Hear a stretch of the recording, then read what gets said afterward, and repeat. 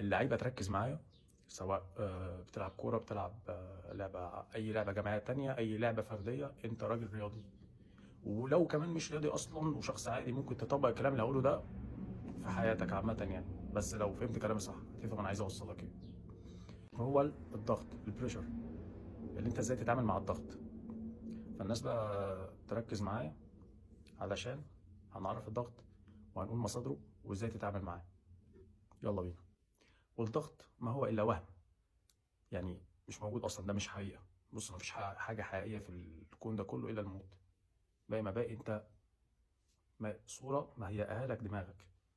يعني ده وهم انت. يعني ممكن لعيب يتحط في نفس الموقف بتاعك ياخده حافز ليه، رغم انت نفس الموقف واخده كخوف منه، خايف منه.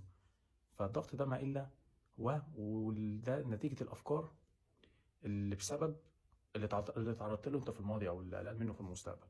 ملهاش علاقه اصلا، مفيش حاجه حقيقيه حصلت من اللي انت فكرت فيه. ف وده والاصل في الموضوع اصلا اللي هي بيعتمد على جوده افكارك انت كلاعب.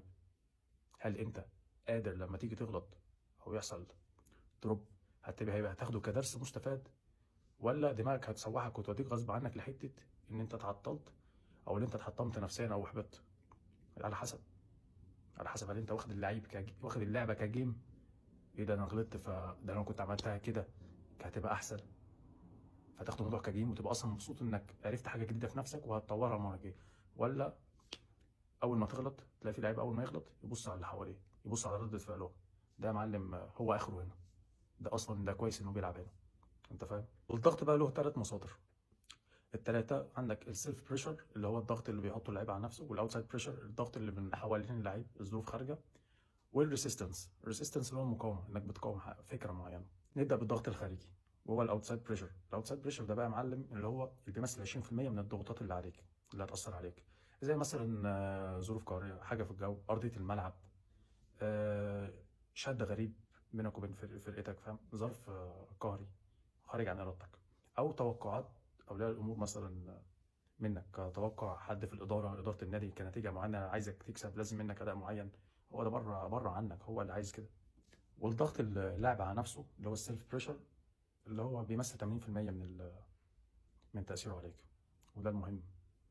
ده اللي قادر يحطك في سجن ما تطلعش منه، وقادر يخليك تبقى ماسك كل المنافسه في ايدك، تخليك ملك.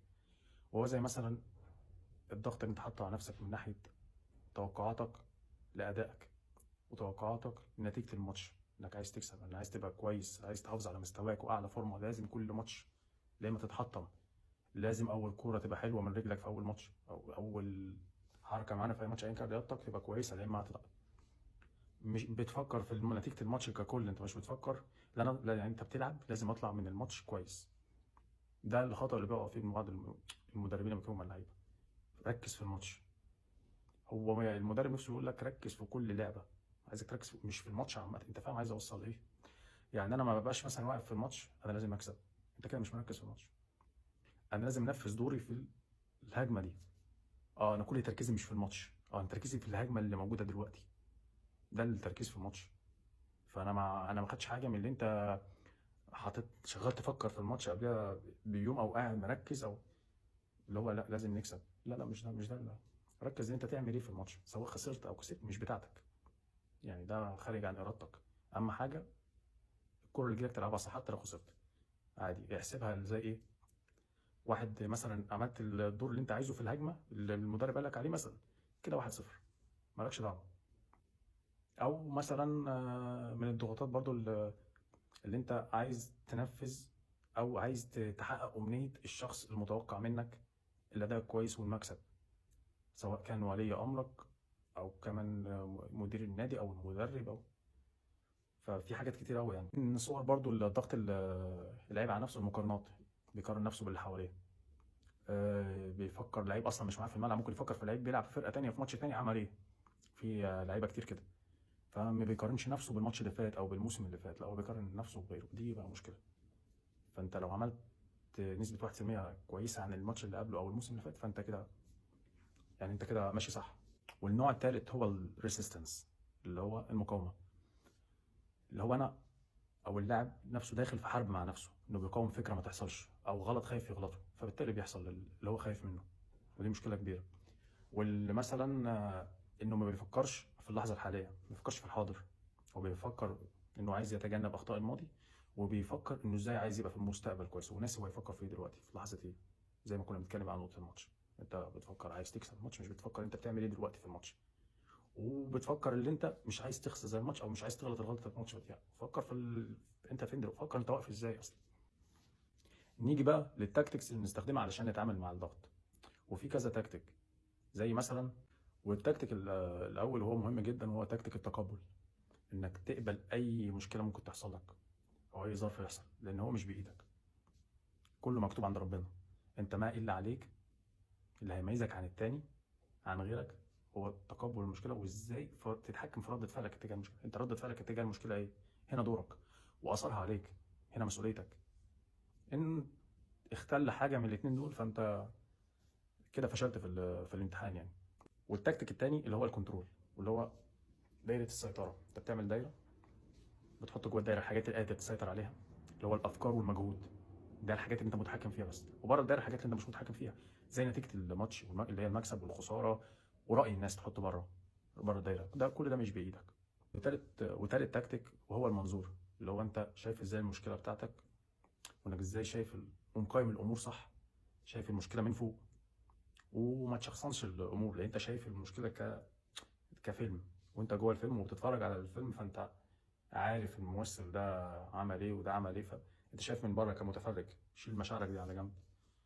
يعني اللي حواليك بيعملوه بيضايقك ما الا بيمثلهم هم بس، ده ما بيمثلش اصلا المشكله.